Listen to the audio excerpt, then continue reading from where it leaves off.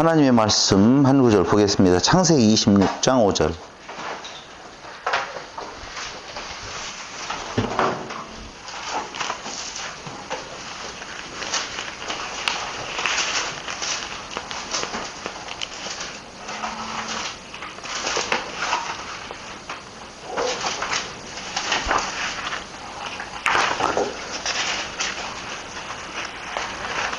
창세기 26장 5절 다 같이 시작. 이는 아브라함이 내 말을 순종하고 내 명령과 내 계명과 내 율례와 내 법도를 지켰음이라 하시니라. 한 구절 더 보겠습니다. 출애굽기 6장 6절.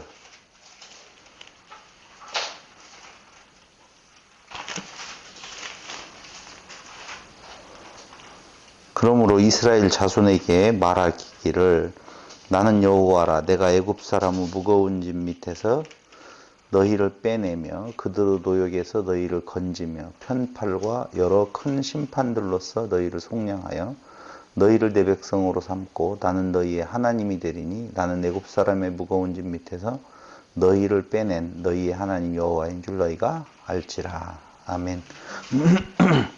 오늘 두 구절을 같이 본 이유는 창세기 26장에서는 우리가 알고 있는 그 율법에 대한 내용에 있어서 명령, 계명, 율례, 법도라고 하는 단어들이 나오고 있고, 또 출애굽기에서는 출애굽을 시키는 뜻이 어디에 있는지, 출애굽을 시키는 목적이 어디에 있는지가 잘 나타나 있습니다.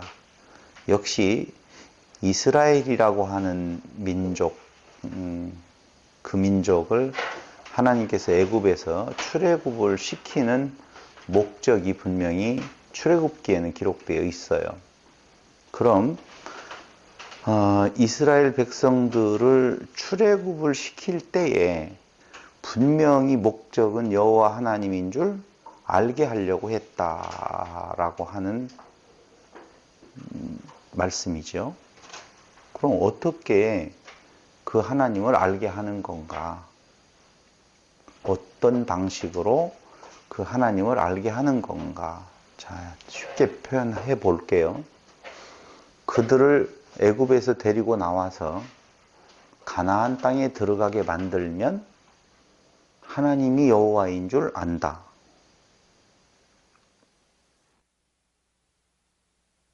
그들을 출애굽을 시키기 전에 그의 조상 아브라함에게 언약하고 이삭에게 언약하고 야곱에게 언약한 대로 그 출애굽을 시켜서 결국은 가나안 땅 들어가서 나라를 세워주면 여호와인 줄 안다. 여기까지 우리가 잘 생각을 하고 있었잖아요. 여호와라는 이름은 언약대로 이루시는 분이다 라고 배웠고, 또 그 언약대로 이루시는 분의 모습을 출애굽을 시켜서 그리고 광야를 거쳐서 가나안 땅에 들어가게 해서 거기 왕까지 세웠으니 이제는 그 약속을 이루신 것이 아니냐라고 하는 쪽이에요. 그런데 그 과정에서 애굽에서 나와가지고 시내산을 그 돌 때에 했던 내용이 뭐냐면은 율법을 준단 말이에요. 율법을 주죠. 그럼 그 율법의 용도는 무엇냐라고 보면 우리가 그대로 아는 것처럼, 이제까지 알았던 것처럼 그 약속이 이루어지는, 그 약속은 조건 없는 약속이었었고, 그 조건 없는 약속을 은혜 언약이라고 본다면 그 은혜 언약의 성취는 하나님의 은혜로 되어진 것을 깨달아 알게 하시는 것이 시내산 언약, 율법이다 라고, 그걸 행위 언약이라고 보통 그렇게 이야기를 했단 말이에요. 그렇죠? 그럴 때 율법의 역할은 방금 전에 이야기했던 것처럼 하나님께서 하나님의 약속을 이루시는 것이 은혜로 되어진 것을 깨달아 알게 하는 도구로서의 율법을 생각을 했었잖아요. 이제까지에 대한 우리가 알고 있는 내용은. 그런데 그 율법이라고 하는 내용을 우리가 다시 한번 생각을 해보면 그렇게 단순하지가 않다는 것이죠. 왜냐하면 많은 사람들이 율법하면 떠오르는 것이 율법이니까 법으로 그냥 생각을 해요. 그래서 법이 있고 그 법에 대한 내용은 지키느냐, 지키지 않느냐. 둘 중에 하나로 딱 되어져 있어요. 그리고 그 율법이라고 하는 내용의 대전제가 십계명이라고 하는 거고, 그 십계명에서에 대한 내용을 자세히 보면 그게 정말 은혜인 줄을 깨닫게 하려고 하는 하나님의 언약이냐, 그 나라를 이루어 준 것이 은혜로 되어진 거라고 하는 것을 알게 하는, 그걸 깨닫게 되어지는 수단으로서의 행위였냐, 그 율법을 어떻게 풀어갈 것인 건가. 해석을 해보면 정말 어렵죠. 십계명만 풀어보더라도 장난 아니에요. 어떻게 하나님의 은혜를 깨달아 알게 하는 내용인지, 그거에 대한 내용은 그렇게 깊이 사람들이 연구해 보거나 생각해 본 적이 많지 않다고 봐요. 그러니 뭐 별 수 없이 율법이라고 하는 내용은 그리스도에 대한 예표로서의 그림자로서 몽학선생이고, 결국은 그 율법은 예수 오실 메시아를 말하는 거다라고 하는 정도에서 풀고, 그렇다면 그 예수님께서 그 율법을 다 이루셨다라고 보면 지금 예수를 믿는 사람들하고 율법은 상관이 있느냐 없느냐라고 하는 많은 문제점들을 안고 있는데 속 시원하게 풀려지지는 않다는 것이죠. 그래서 오늘 율법이란 도대체 무엇인가 라고 하는 첫 시간에 대한 내용을 가지면서 더 이상 이 율법을 가지고 이제는 고민스럽지 않도록 한번 정리를 해볼까 생각을 해봅니다. 여러분들이 일반적으로 율법 하면은 지킬 것이냐 안 지켜도 되느냐, 뭐 여기에 다 관심이 있는 걸로 알고 있어요. 근데 먼저 율법을 우리가 공부하기 전에 율법의 그러니까 율법이라고 하는 단어의 뜻이 무엇인가를 알아보는 것이 참 중요하다고 생각을 합니다. 율법의 어의는 율법이라고 하는 단어로 지금 한글은 해석되어져 있는데, 우리가 알고 있는 그 율법이라고 하는 한글 단어가 갖고 있는 뉘앙스가 있어요. 그렇기 때문에 실질적으로 히브리어에서 말하고 있는 구약 성경의 히브리어로 되어 있는 율법이라고 하는 단어와 우리가 알고 있는 그 율법이라고 하는 단어는 상당히 거리감이 좀 있다는 것이죠. 그래서 오늘 먼저는 히브리서에 나타나고 있는 히브리어에 나타나고 있는 율법이라고 하는 말의 뜻을 먼저 살펴보는 것이 성경 구약에 나와 있는 전체의 율법을 이해하는데 상당히 도움이 될 거라고 생각을 해봅니다. 자, 먼저 율법이라고 하는 단어의 히브리어는 여러분들이 너무너무 잘 알고 있는 것처럼 율법은 토라지요, 토라. 율법의 히브리어는 토라예요, 토라. 근데 이 토라라고 하는 단어는 스트롱 코드 8451번에 잘 설명되어져 있는데요. 이 8451번의 토라는 그 어원을 찾아보면, 왜 어원을 찾아보느냐, 솔직하게 이야기하면요, 어원이 모든 것을 말해주지는 않습니다. 그때 그 사회의 그 시대와 그 분위기에서 그것이 어떻게 쓰여지느냐가 상당히 중요하죠. 우리도 같은 단어라도 21세기에 쓰여지는 거하고 20세기에 쓰여지는 거하고 19세기에 쓰여지는 것이 다르거든요. 근데 다행인 것은 히브리어나 헬라어 같은 경우에는 변화가 없어요. 히브리어는 죽은 언어라고 이야기할 정도로 그 말이 계속 쓰여져서 계속적으로 발전이 되어진다든가 변화가 일어나면은 참 그 뜻을 알아보기가 어려운데 히브리어는 변화가 없어요. 안 써요, 말을 하자면. 그래서 히브리어를 연구한다라고 할 때에 고대의 히브리어나 현대의 히브리어나 뭐 별 차이가 없는 부분, 그걸로 성경이 쓰여졌다는 것이 성경 연구하는 데 있어서는 굉장히 큰 장점이 되어지죠. 근데 이 토라라고 하는 8451번은 조금 전에 말씀드린 대로 3384번 스트롱코드 야라에서 유래되었습니다. 토라는 야라에서 유래되었거든요. 야라. 근데 이 야라라고 하는 단어는 던지다, 투표하다, 운명에 맡기다, 화살을 쏘다. 굉장히 많아요, 뜻이. 제가 지금 몇 가지 이야기했어요. 던지다, 투표하다, 운명에 맡기다, 화살을 쏘다, 기초를 놓다, 양육하다, 창설하다, 창건하다.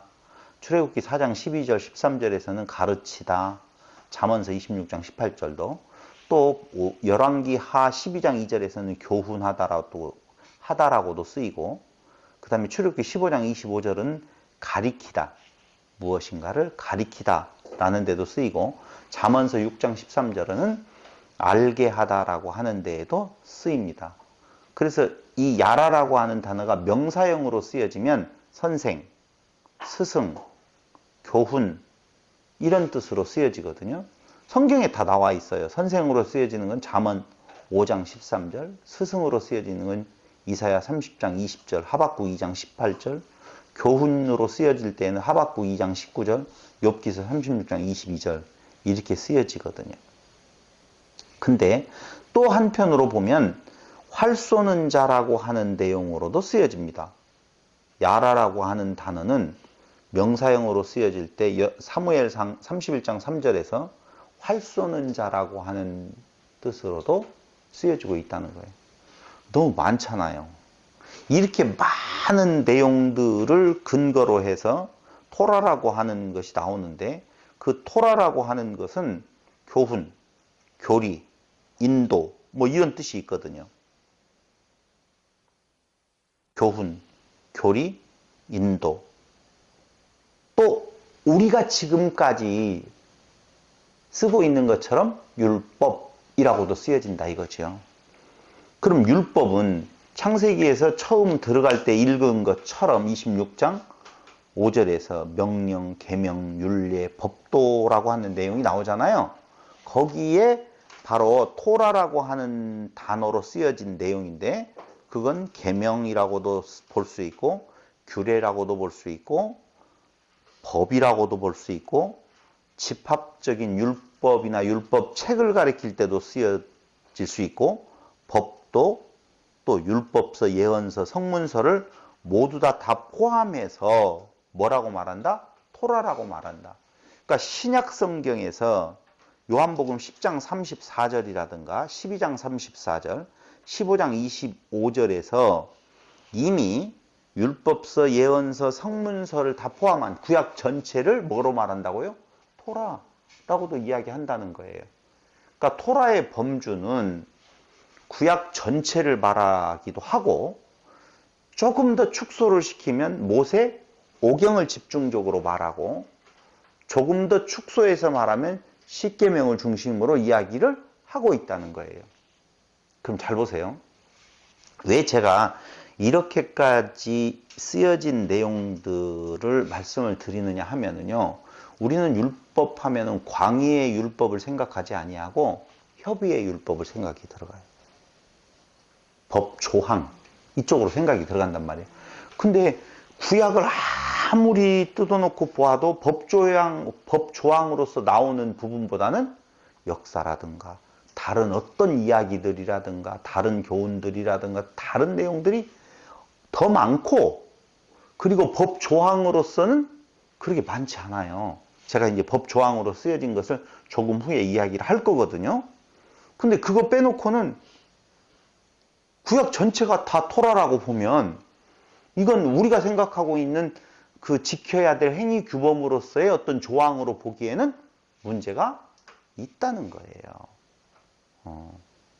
그래서 토라의 의미라고 하는 것을 그냥 단순히 우리 한국말로서의 율법이라고 하는 내용으로만 생각한다면, 우리는 율법하면 무슨 개념이 더 강하냐면요, 헬라어에서 노모스가 더 강해요. 노모스는 법 조항에 대한 내용들을 이야기를 하거든요. 근데 70인역에서 구약 성경을 번역한 헬라어 70인역을 보면 거기에 토라라고 하는 글자를 노모스로 거의 해석을 많이 해놔요. 번역을 많이 해놔요. 그렇기 때문에 돈돈이 되는 거예요. 왜냐하면 노모스로 번역되어져야 될 내용은, 아까 노모스는 조항으로서의 어떤 법을 해석한다라고 보면, 뜻한다라고 보면 그런 의미를 담고 있는 구절들을 노모스로 번역을 해야 되잖아요. 근데 더 광의의 의미에 있어서의 토라는 노모스로 담기에는 노모스가 너무 좁은 의미거든요. 그런 의미예요. 그래서 우리가 벌써 율법이라고 이야기할 때에 한 가지 씻어줘야 될 내용이 있다라고 보면, 지켜야 될 인간의 행위를 제어하거나 권장하고 있는 조항으로서의 법을 생각해서는 안 된다. 그 말을 하려고 지금 어의를 살펴보았다, 그 말입니다. 그래서 마태복음 22장 40절이나 요한복음 12장 34절에서는 구약 전체를 토라라고 이야기를 하고 있어요. 그렇게 말하고 있다 이거죠. 유대인들에게는 율법이란, 즉 토라라고 하면은 모세 오경을 가리키는 것으로 생각을 한다 이거죠. 모세의 율법을 살펴보면은요, 엄밀한 의미에서 법적인 문제는요 아주 극소수에 불과하다라고 조금 전에 말씀드렸잖아요. 모세를 통하여서 하나님께서 주신 율법을 보면 조금 전에 말씀드린 대로 법적인 문제, 우리가 지금 말하고 있는 노모스적인 어떤 법 조항으로서의 문제는 극소수에 불과하다. 종교나 예식에 관계된 문제까지 포함한다고 하더라도, 다시 이야기할게요. 무엇을 어떻게 잡아서 드려야, 뭘 먹어라 먹지 말라, 이런 것들은 종교의식에 해당되어진다면 그 문제까지 포함해서, 종교, 예식에 관계된 문제까지 포함한다 할지라도 그 모세를 통하여서 주셨던 그 율법은 엄밀한 의미에서 법적인 문제는 극소수에 불과하다. 그러므로 우리가 지금 이 첫 시간에 깨야 될 내용은, 율법 하면 그 협의 부분에 있어서의 어떤 법, 이 개념을 깨버려야 된다 라고 하는 것이 처음 들어가는 문제 제기라고 보시면 된다는 겁니다. 그럼 뭘로 봐야 될까요? 왜 신약의 기자들은 구약 전체를 다 뭘로 보고? 토라로 보고 있으며, 모세 오경으로서의 토라라고 하는 부분, 그것도 역시 모세 오경 중에서 또 다시 또 들어가서 보면 모세가 법을 말할 때에 그런 법으로서의, 노모스적인 법으로서에 대한 내용은 극소수에 불과하다라고 보면, 왜 성경 기자들은 구약 전체를 토라라고, 율법이라고 말하고 있는 건가 하는 거예요. 지켜야 될 행위 규범은 아니라는 거 이제 들어왔죠.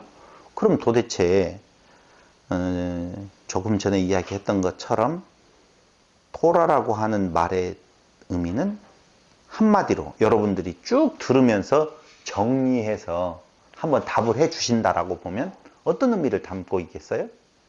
막 여러 가지 뜻이 있다고 그랬어요. 교훈, 교리, 인도,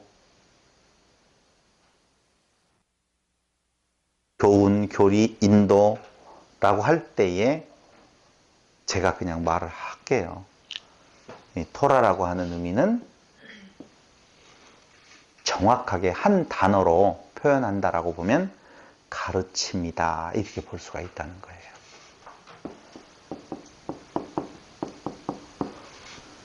지켜야 될 행위 규범이 아니고 뭐라고요? 가르침. 이걸 그 토라의 마지막 지시, 지침이라고 하는 내용에 있어서의 뜻도 담겨져 있는데, 지시, 지침이 어떤 일을 행하라라고 하는 것이 아니라 무엇인가를 가르치는 그 내용이, 그걸 알게 하는 것, 그걸 드러내어 보여주려고 담고 있는 것, 이런 것들이 뭐다고요? 토라라, 그 말이에요.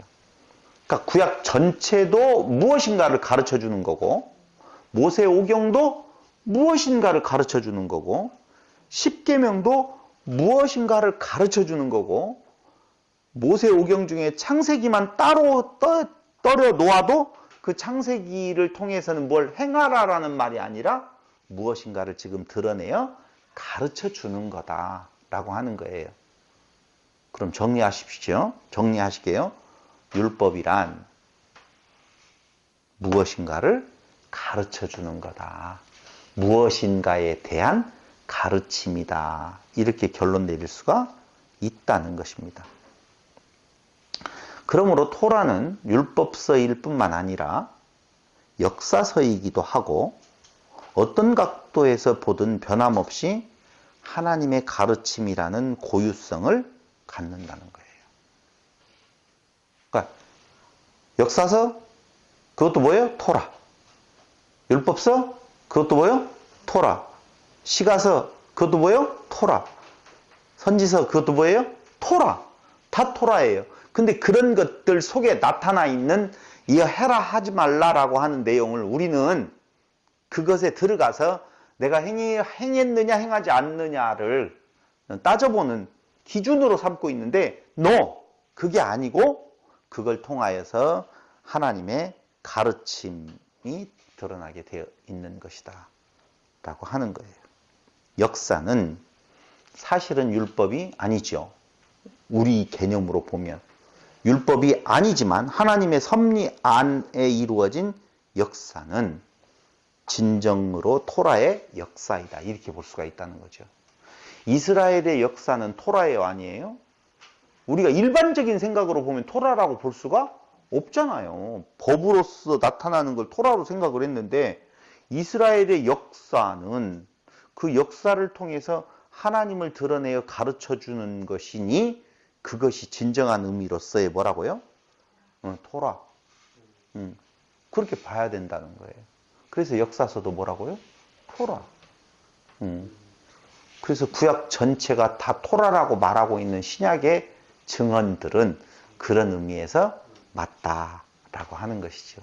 맞으니까 당연히 그렇게 했겠지만 그런 의미에서 맞지, 조항, 항목으로서의 토라의 개념은 잊으셔야 된다라고 하는 겁니다. 그런데 우리의 관심이 뭐예요?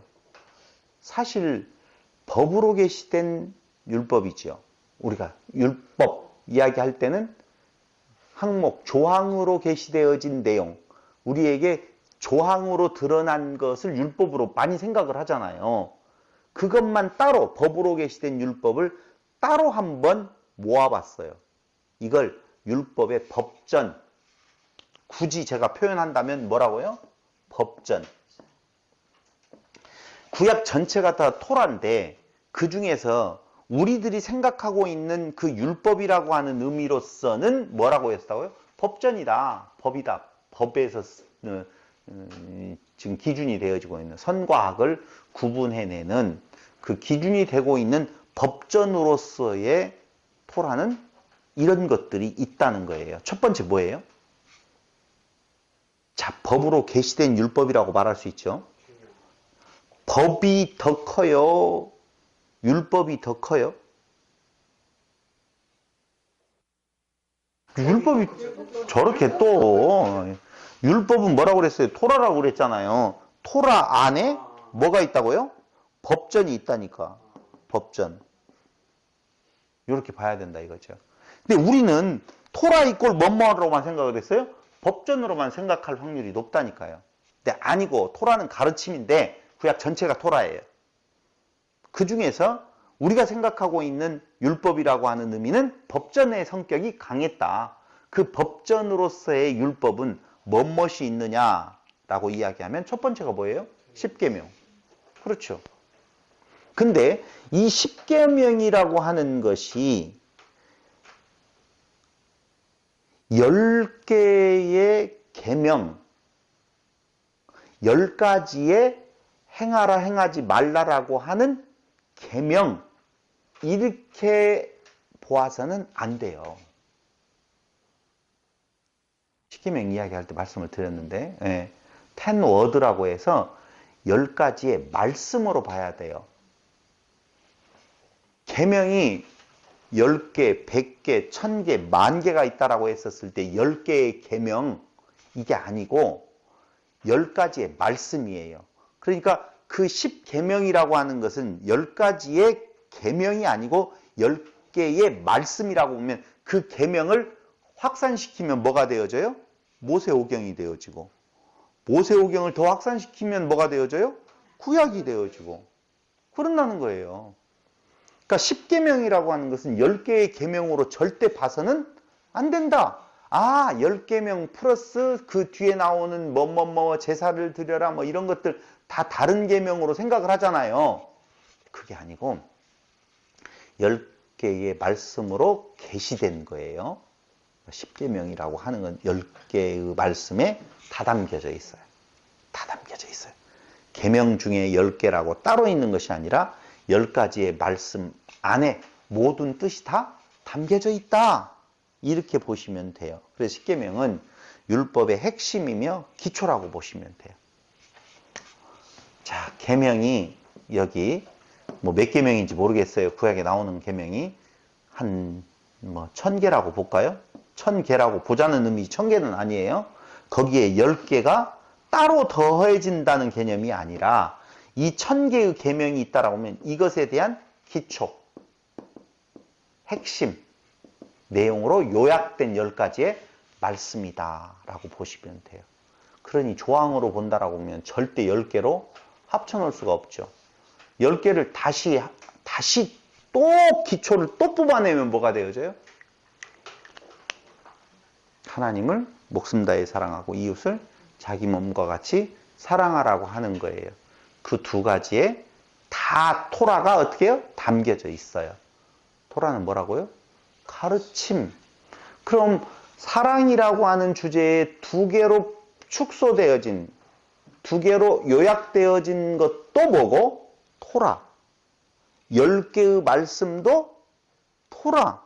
그게 2개가 10개를 담고 10개가 많은 담고 그 나머지 모든 구약을 전체적으로 다 담는다. 이렇게 보셔야 된다는 겁니다. 사실은 엄밀한 의미에서 더 확장해서 보면은요, 신약도 토라에 속한다고 보셔야 돼요. 신약은 은혜고 구약은 법으로 우리가 생각을 했잖아요. 그런 거 없어요. 구약도 신약도 다 가르침이에요. 무엇인가를 드러내어 알려주려고 하는 뜻이 있다니까요. 그렇게 본다면 구약만이 토라가 아니라 신약까지도 포함해서 토라라고 볼 수가 있다라고 하는 것입니다. 그래서 출애굽기 20장 1절로 17절, 신명기 5장 6절로 21절에 10계명이 나오게 되어지는데요. 여기는 그 조항에 우리가 빠져서 지켜야 되느냐 안 지켰느냐 안 지켰느냐 라고 하는 쪽으로 들어가면 큰일 나고 계시적 성격의 역점을 두어야 된다는 거예요. 그 10계명이 도대체 무엇을 계시하는 거지? 라고 들어가야만이 바른 길로 들어서는 거예요. 영어에 있어서 커맨드멘트라고 하는 계명, 보통 그 율법을 뭐라고 쓴다고요? 10계명을 쓸 때에 율법 안에 10계명을 계명, 우리가 10계명 그렇게 말하잖아요. 이것은 상당히 권위주의적 성격이 강합니다. 커맨드먼트는 좀 권위주의적, 그래서 안 지키면 안 될 것 같은 이런 성격이 굉장히 강하지만 십계명의 본래의 의미는 그런 의미가 아니라는 거예요. 십계명은 여호와 하나님께서 자신의 권능을 드러내어 구속하신 이스라엘 민족을 위한 여호와의 뜻과 의지의 계시이기에, 여호와의 뜻과 무엇을 의지를 계시하는 것이기에 계명보다는 뭐라고 해야 된다? 말씀. 그래서 10 word를 써요. 10 commandment를 쓰는 것이 아니고 10 word를 써요. 십계명이라고 할 때는, 영어 표현은요. 그러니까 절대 계명이 아니고 뭐다? word다. 왜? 계시를 드러낸 것이기 때문에, 여호와의 뜻과 의지의 계시이기 때문에. 누구를 위해서? 이스라엘 민족을 위해서. 자신의 권능을 드러내어 구원하신 이스라엘 민족을 위한 당신의 뜻과 의지를 드러낸 것, 계시, 이렇게 봐야 된다 이거죠. 그래서 십계명이라고 하는 토라도, 그 계시라고 안 했어요. 아니, 계명이라고 안 했어요. 십계명이라고 하는 토라도 한마디로 말하면 뭐다? 가르침이다. 그 말. 가르침으로 봐야 된다. 그럼 우리는 십계명을 읽으면서, 공부하면서 그 하나님의 가르치심을 알았어요? 몰랐더라고 보면. 그걸 워드로 보는 것이 아니라 커맨드먼트로 봤다는 거죠. 계명, 지켜야 될 내용으로. 그러니 그게 문제가 되는 거예요. 계신데, 말씀인데 그 말씀으로 보지 아니하고 그걸 계명으로 보게 되어진다면, 존 카이퍼, 존 메가더가 그랬던가? 아주 유명한 목사님들인데, 제가 지금 이야기하는 목사님들이, 그분들의 그 강의를 들어보면 다른 어떤 신학자가 연구해서 발표한 것을 굉장히 감동 있게 본인이 은혜를 받았다라고 하는 내용에서 다시 강론을 하게 되어지는데요. 그런 이야기가 나오죠. 이스라엘 민족에게는 자비가 있었어요, 없었어요? 이스라엘 사람들에게 율법 앞에서 율법을 자기 것으로, 자기가 지켜서 행함으로 자기의 의를 드러내려고 하는 그 유대인들이 그 속에 자비가 있었어요, 없었어요? 그렇게 보는 것이 일반적인 시각이었거든요. 근데 아니라는 거죠. 자비 있어요. 왜냐하면 우리 자비 있어요, 없어요? 자비 있어요, 없어요? 자, 헷갈리죠? 자비 있는지 없는지. 근데 이거 한번 보세요. 이스라엘 구제해요, 안 해요? 구제하잖아요. 구제는 어디에서 나와요? 자비에서 나오죠. 아이, 걔네들은 구제를 자비로 하는 것이 아니라 무엇로 했어? 자기를 드러내려고 하는, 자기의 자랑으로 한 거야. 이렇게 말을 한다면 오늘날 신약교회 성도들 중에 자비를 행할 때, 구제를 행할 때 오히려 더 심하지요. 솔직히 돈 몇 푼 내놓고도 나요 라고 하는 거 알아달라고 원하는데, 근데 오른손이 하는 거 왼손이 모르게 하라라고 하는 말씀대로 그들은 사실은 그 자비를 행하면서도 자기를 드러내지 않으려고 그 말씀대로 따라서 했다는 것이죠. 여러분 분명하게 이야기하면 그들이 우리가 생각하는 것처럼 우리가 생각하는 그 외식하는 자들이 아니라니까요. 외식하는 자들이 아니에요. 근데 왜 예수님께서는 외식하는 서기관들과 바리새인들이여 독사의 자식이라고 이야기를 하는가?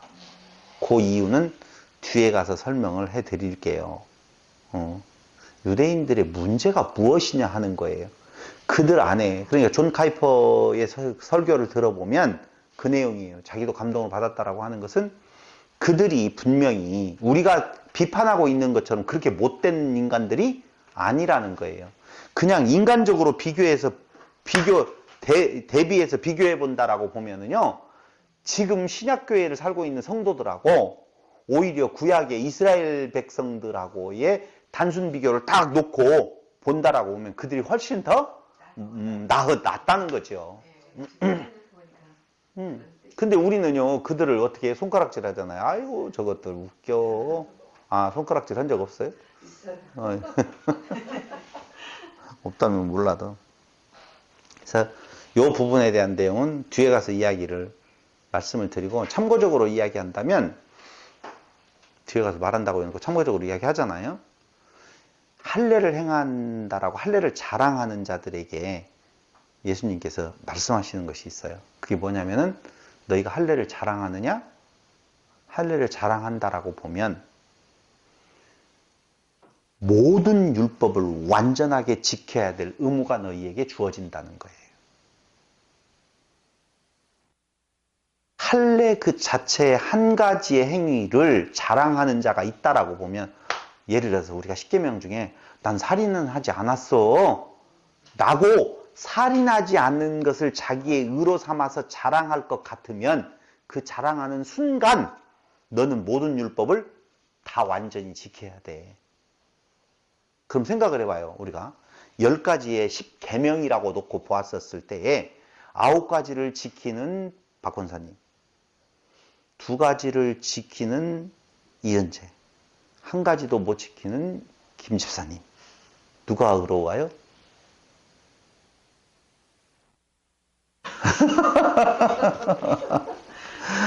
아, 죄송, 잘못 말했어요. 8가지를 나는 지켰다고 말하시는 박 권사님, 2가지는 지켰다고 말하는 이은재, 1가지도 나는 지킬 수가 없는 존재라고 말하는 김 집사님. 누가 의로워요? 김 집사님. 네. 8가지를 지켰다라고 말하든 2가지를 지켰다고 말하든 나는 그래도 1가지만은 그래도 범하지 않았으라고 말하든 그것에 내 마음을 더하는 순간 그 사람은 그 모든 율법을 다 지켜야 될 의무를 갖는다는 거죠. 그래서 폭이면 완전한 폭이지, 나는 그래도 이만큼은 지켰어라고 말하는 것 그 자체가 벌써 걸려 넘어지는 거다라고 하는 거예요. 율법은 그렇다는 거예요. 그걸 이제 온전하라 아버지와 같이 온 율법을 지키다가 하나를 거스린즉 모든 율법을 다 거스렸느니라라고 하는 말로 풀이를 해주고 있죠. 자, 토라, 십계명이라고 하는 토라도 결국은 가르침이다 라고 하는 정의, 지금 2가지 내렸어요. 전체적인 토라도 무엇이고 가르침이고, 십계명도 뭐다고요? 가르침이다 라고 봤어요. 2번째, 법으로 계시된 율법 중에 언약법전이 있어요. 십계명 바로 뒤에 나오죠. 출애굽기 20장 20절로 23장까지 21, 22, 23장까지 그 법전에 대한 내용이 나오는데, 이건 우리가 잘 알고 있는 제단에 관한 법, 종에 관한 법, 폭행에 관한 법, 짐승의 주인에 관한 법, 짐승이 무엇인가를 해를 끼치면 누가 배상해야 된다? 그 주인이 배상해야 된다는 법, 배상에 관한 법, 도덕에 관한 법, 공평에 관한 법, 안식년과 안식일에 관한 법, 3가지 절기에 관한 법, 명령과 약속. 특히 출애굽기 23장 20절로 22절을 한번 보세요. 출애굽기 23장 20절로 22절. 내가 사자를 내 앞서 보내어 길에서 너를 보호하여 너를 내가 예비한 곳에 이르게 하리니 너희는 삼가 그의 목소리를 청종하고 그를 노엽게 하지 말라. 그가 너희의 허물을 용서하지 아니할 것은 내 이름이 그에게 있음이니라. 네가 그의 목소리를 잘 청종하고 내 모든 말대로 행하면 내가 내 원수에게 원수가 되고 내 대적에게 대적이 될지라. 내 사자가 네 앞서가서 너를 아모리 사람과 헷 사람과 브릿 사람과 가나안 사람과 히윗 사람과 여붓 사람에게로 인도하고 나는 그들을 끊으리니 라고 나와 있죠. 이 언약법전이라고 하는 십계명 바로 뒤에 나오는 명령과 뭐가 나와요? 약속이라고 하는 내용이 나오지요. 그럼 제단에 관한 법, 종에 관한 법, 폭행, 짐승, 배상, 도덕, 공평, 안식병, 년과 안식일, 세 가지 절기에 관한 명령과 약속이라고 하는 내용으로 보면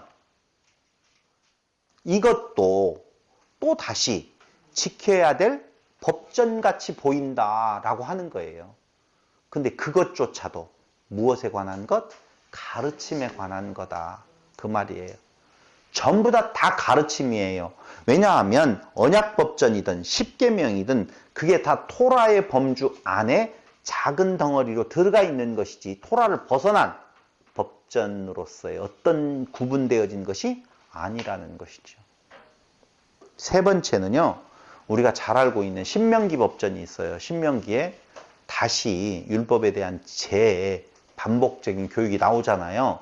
근데 그 내용을 자세히 보면은요. 십계명 내용하고 조금 전에 이야기했던 언약법전이라고 하는 십계명 뒤에 나오는 내용하고 달라요? 같아요? 다르지요. 다르지요. 앞에 십계명에 대한 내용하고 여기 지금 제단, 종, 폭행 이런 것들은 십계명에 나오는 내용이 아니라니까요. 나오는 내용이 아니에요. 다르게 보인다니까요. 물론 그 십계명 10가지의 말씀은 다 담고 있다라고 말씀을 드렸으니까 전제하지만 계명, 법전의 조항으로 놓고 본다면 다른 내용이 나온다 이거예요. 그러니까 보편적으로 어떻게 해석을 하냐면 십계명이 큰 목법이고 거기에 세법으로서의 뒤에 설명이 나온다고 그렇게 붙이는데 그렇게 보지 말자는 거죠. 각기 지금 다른 내용들을 말하고 있어요. 신명기 법전이라고 하는 신명기 12장에서 26장까지 나오고 있는 내용은요. 정확하게 말씀드리면은 조금 전에 이야기했던 언약법전 있죠. 출애굽기 20장에 나오는 그거에 대한 보충적인 내용들이 기록되어져 있다라고 보시면 돼요. 그러니까 차이가 있다 없다? 있어요. 분명히 십계명, 언약법전, 신명기 법전 이 법전들은 각기 다른 내용들을 지금 차이 있는 내용들을 더 보충하고 더 확장시켜서 나타나고 있다는 거예요. 구체적으로. 그 다음에 네 번째 우리가 너무너무 잘 알고 있는 레위기서에는 무슨 법전이 나와 있어요? 정결하게 되어지는 제사법, 성결법전이라고 하는 개념이 나와 있다라고 보시면 돼요. 하나님의 백성됨으로 말미암아 얻은 거룩함을 어떻게 지켜나갈 것인가에 대한 세심한 내용들로 가득 차 있다는 것이죠. 하나님의 거룩성과 초월성이 전제가 되어서 하나님은 어떤 분이라고요? 거룩하시고 초월하신 분인데 그 분의 백성됨으로 말미암아 얻은 그 거룩함을 어떻게 지켜나갈 것인 건가에 대한 세부 항목이 성결법전이에요. 그 내용으로 보면 표면적인 해석을 해서 본다라고 보면 그래서 이렇게 하나님의 성결한 백성으로서 살아가야 될 그 모양에 대한 내용을 세심하게 가르쳐 주는 내용, 세심하게 제시해 주는 내용. 그게 무슨 법전이요? 성결법전이라고 하는 것이죠. 여기에는요, 예수님의 그 말씀, 율법을 요약해서 보면 두 가지라고 그랬죠? 하나는 내 이웃을 내 몸과 같이 사랑하고 또 하나는요, 하나님을 목숨 다해 사랑할 때에 그 성결 법전에 대한 내용은 어디하고 연결되어 있느냐? 내 이웃을 내 몸과 같이 사랑하라라고 하는 내용. 그 내용에 다 포함되어 있는 내용들이에요. 그러니까 성결 법전에 대한 요약된 문장은 내 이웃을 내 몸과 같이 사랑하라라고 하는 그게 누구로서 하나님의 성결한 백성으로서의 모습을 제시해주고 있는 거예요. 자, 이렇게 말하니까 갑자기 그건 또 지켜야 되는 거 아니야? 이렇게 생각이 들어갈 수도 있겠죠. 이걸 어떻게 하나? 큰일 났네. 그런데 다시 정신 차리고 돌아가서 보면 그 내용도 결국은 뭐라고요? 가르칩니다. 왜 제가 지금 일일이 그 구절 하나하나를 요건 요렇게 가르치는 거고요, 요건 요렇게 드러내는 것이다 라고 지금 말하지 않는 이유가 있어요. 지금 거기에서 그렇게 말하는 순간 걸려 넘어져요. 아니, 걸려 넘어진다라고 하는 것은 정말 어렵게 풀어야 돼요. 근데 그냥 뭉뚱거려서 풀어도 아무 문제가 안 될 내용이 있다니까요. 레위기서 19장 18절 한번 보실래요? 레위기서 19장 18절. 원수를 갚지 말며 동포를 원망하지 말며 내 이웃 사랑하기를 내 자신과 같이 사랑하라. 나는 여호와니라. 예수님께서 요약해 주었지만 그 내용이 나와요, 안 나와요? 레위기서에서 이미 나와요. 그건 무슨 법전이라고요? 성결법전이라 라고 말씀을 드렸어요. 그래서 레위기서 19장 그 4절, 너희는 헛된 것들에게로 향하지 말며 너희를 위하여 신상들을 부어 만들지 말라. 나는 너희의 하나님 여호와니라 라고 되어 있죠. 한마디로 말하면은요, 너희는 무엇하라? 거룩하라. 나 여호와 너희 하나님이 거룩하기 때문에 너희는 거룩하라. 거기 보세요. 19장 1절. 너는 이스라엘 자손 온 회중에게 말하리라. 너희는 거룩하라. 이는 나 여호와 너희 하나님이 누구다고요? 거룩하다라고 말해요. 왜 성결법전이 필요할까요? 하나님의 성결된 자녀라고 그랬어요. 그죠? 그렇잖아요. 방금 성결법전 이야기를 하면서 너희는 거룩하라 그랬어요. 거룩하라. 성결법전의 결론은 이거예요. 무엇하라? 거룩하라. 근데 4절에서 헛된 것들에게 향하지 말며 너희를 위하여 신상들을 부어 만들지 말라. 난 너희의 하나님 여호와다 라고 이야기하면서 거룩하래요. 왜 거룩해야 될까요? 하나님이 거룩하시니까 거룩해야 되죠. 그거 조금 더 설명을 해주시면 좋겠는데,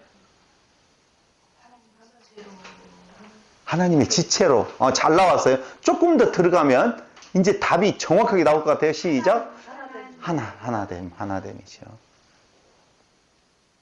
그러니까 이 여호와 하나님과 누가 하나고, 예수 그리스도가 하나고, 그 다음에 예수 그리스도와 누구와 성도가 다 뭐다고요? 하나다.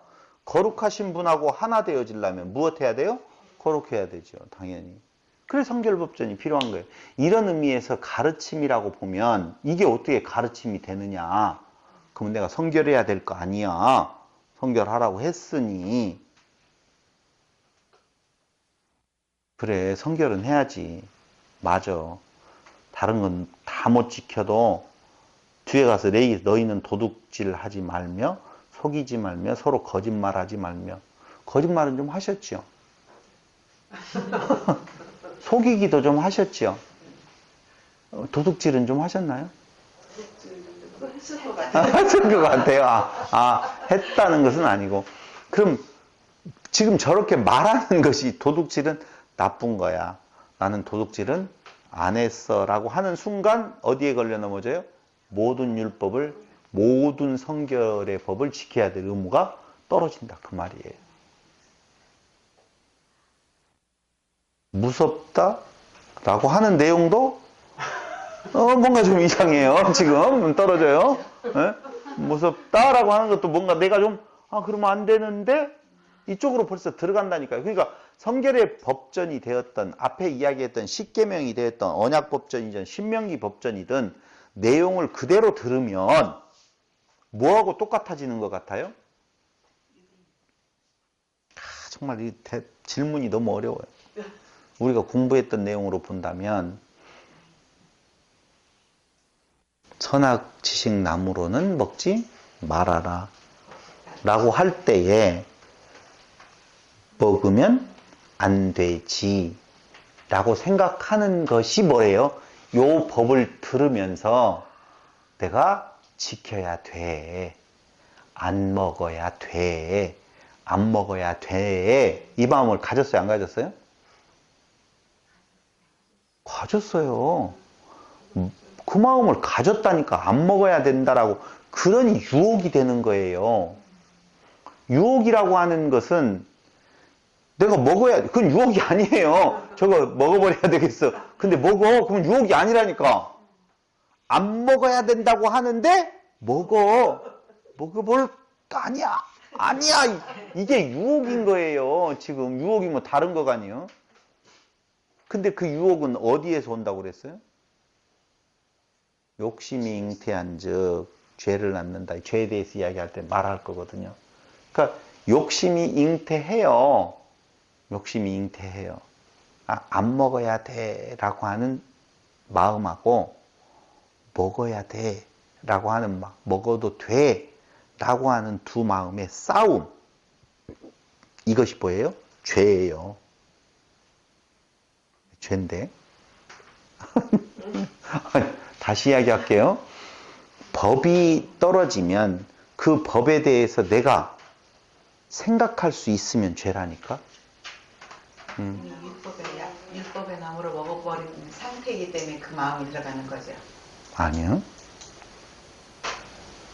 욕심이 생기는 거예요. 욕심이 잉태한 즉 뭐가 낳았다고요? 죄를 낳는 거예요. 그러니까 그 욕심이 뭐냐면은요. 아, 나는 아니야. 나는 그럴 수가 없는 존재야. 나는 흙이야, 티끌이야. 라고 그 법이 왔었을 때에, 그 토라가 내게 임했었을 때 그 가르침이거든요. 너 봐. 네 모습이 누군 줄 알아? 라고 가르치는 거거든요. 너를 보라고 하는 거울이에요. 근데 그 거울을 나를 보라고 가르치는 내용을 가지고 내가 덤벼. 봤더니 잘생겼네. 내가 뭔가 더 좀 잘생겨야지. 라고 하는 생각이 들어간다. 그게 뭐라고요? 죄를 낳게 된다. 그 죄가 뭐냐? 내일 이야기를 해야 돼요. 오늘 이야기를 안 하고. 우리는 보통 죄를 뭘로 생각해요? 법 플러스 불순종으로 보잖아요. 죄에 대한 내용은 정말 간단해요.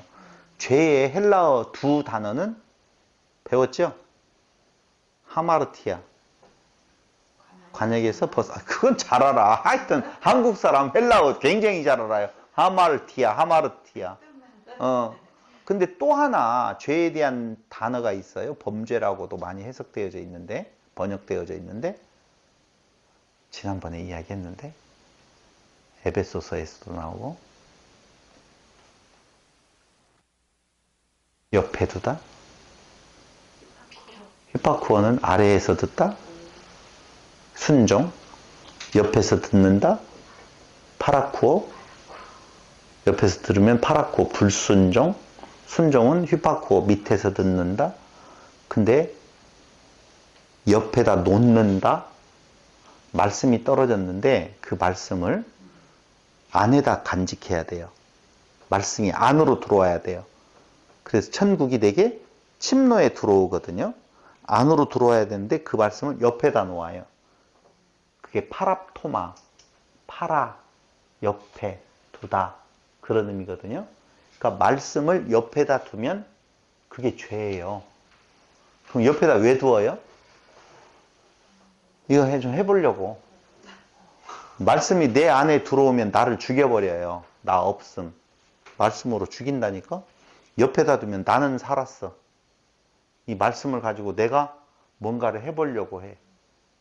이게 바로 인간으로 보면은요, 선한 거라니까? 좋은 거라니까? 근데 하나님 편에서 보면 그게 죄예요. 그게. 그래서 죄의 두 단어, 하마르티아. 벗어났다, 관역을 벗어났다, 옆에다 두다. 이런 의미. 그건 내일 이야기하는 걸로 하고요. 오늘에 대한 이야기는 방금 이야기한 것처럼 성결 법전에 대한 내용도 결국은 하나다. 그러니 어떻게 하라? 너희는 무엇하라? 거룩하라. 거룩한 존재가 될 수 없다. 거룩은 어디에서? 오직 그분만이 거룩하시죠?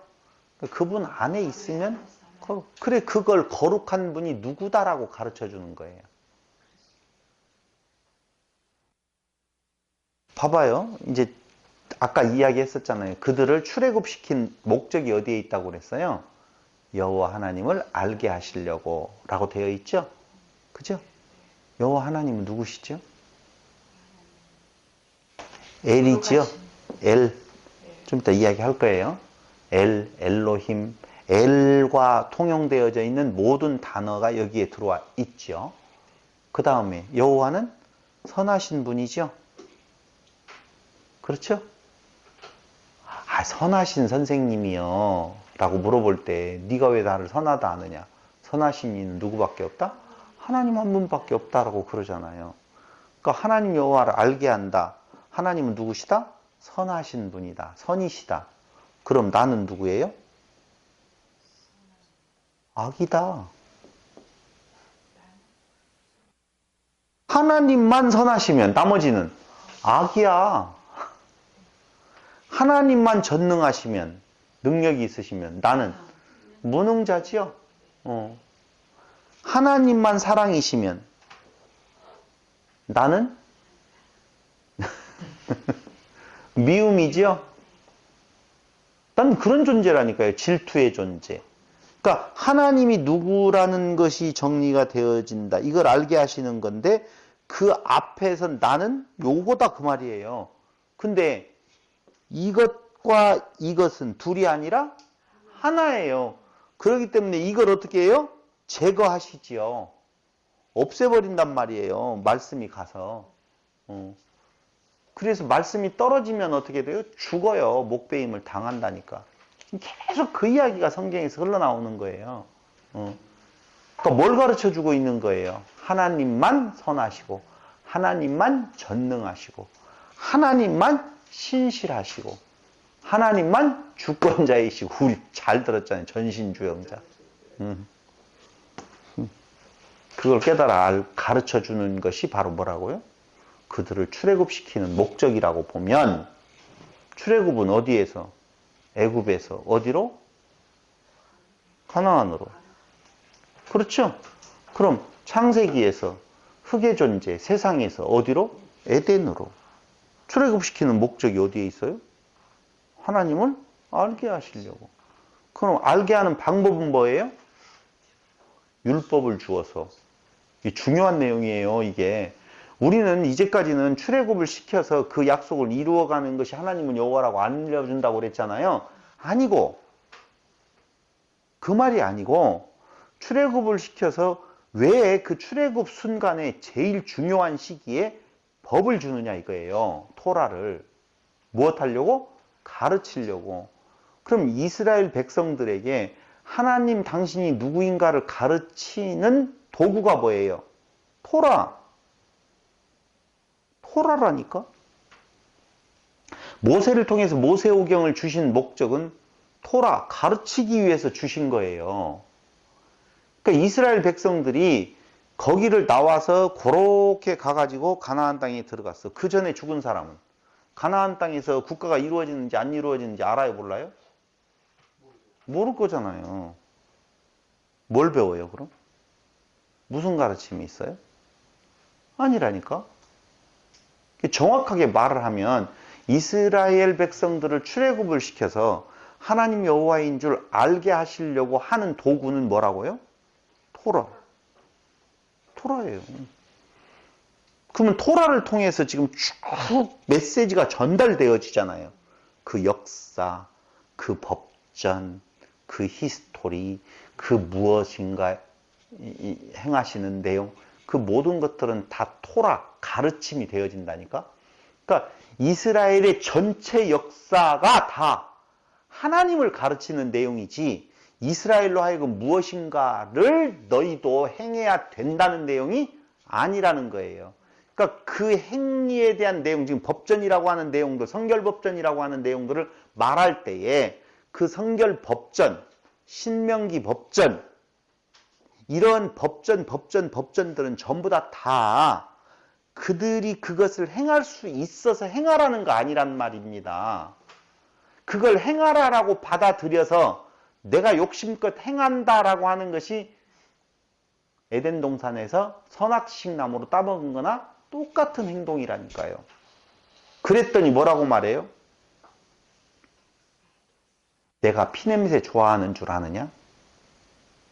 내가 먹을 것이 없어서 좋은 소 잡아다가 나한테 고기 갖다 달라는 줄 아느냐? 그거 아니여. 순종이 무엇보다 나어? 제사보다 나어. 라고 이야기할 때 너희 그 재물 받지 않는다는 거예요. 그러니까 제사를 드려라. 몇 년 된 송아지를 잡아서 어떻게 하라라고 하는 내용이 그걸 행해서 그 피가 뿌려질 때 이야 하나님이 갑자기 피가 뿌려지니까 좋다 해가지고 머리가 돌아가시는 분이 아니라니까. 그 피바다를 좋아하시는 분이 아니라고요. 그것 속에 드러나 있는 뭔가를 가르쳐 주려고 하는. 그럼 뭐예요 그게? 너희로서는 정결케 되어질 수가 없어. 그래서 매년마다 드려야 되고 매번 제사장도 갈려야 되고 다 할 수 없어. 그러니 영원한 제사장 대신은 내가 할 거야. 내가 자비를 베풀 거야. 내가 성결케 할 거야. 어떻게 해서? 너희를 죽여서. 죽어야만이 성결하게 되어진다니까요. 죽어야만이. 그런 내용이 우리가 알고 있는 그 뒤에 나오는 제사법전, 레위기서에서의 나머지 내용들. 아까 성결법전 빼고 난 나머지 레위기서는 뭐라고요? 제사법전이에요. 제2적 십계명이라고 하는 출애굽기 34장 10절로 26절에 나와 있는 내용이라든가 신명기 28장 20절에서 68절에 나와 있는 축복과 저주에 대한 내용. 이렇게 하면 축복 복을 받고 저렇게 하면 저주를 받는다는 거 있죠?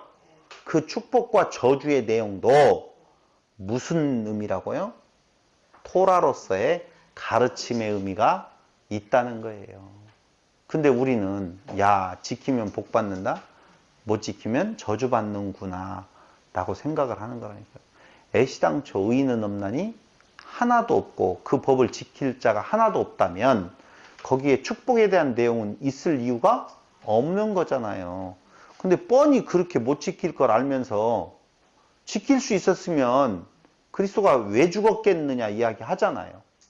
그럼 그게 지켜라 지키지 말라라고 하는 법적인 의미로서의 효력을 가지는 메시지였다라고 보면 하나님은 그건 잘못 주신 것이죠. 못 지키고 뻔히 아시는 양반이 뭐 하자고 지금 그걸 주어서. 그게 아니고 뭐라고요? 다 같이 시작. 토라 가르침이다 라고 하는 거예요. 그래서 성경은 구약, 구약은 모세오경, 모세오경은 십계명, 십계명은 하나님 사랑, 이웃 사랑.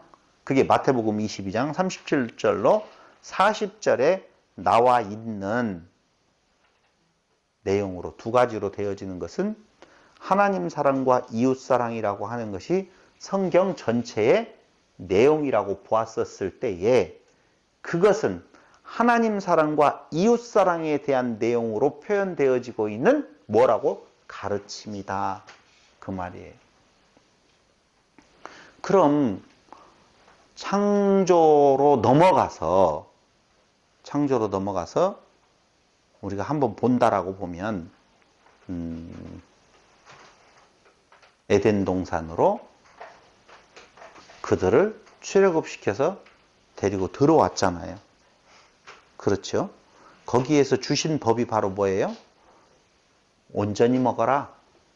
부분적으로 먹지 말아라. 선악지식 나무로 먹지 말아라. 생명나무로 먹어라 라고 이야기를 했잖아요. 그럼 그 생명나무 온전히 먹으면 그죠? 이게 바로 뭐예요?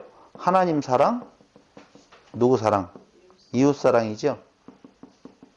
그걸 그 보고 하라는 것이 아니라 내가 한다는 가르침이라니까요.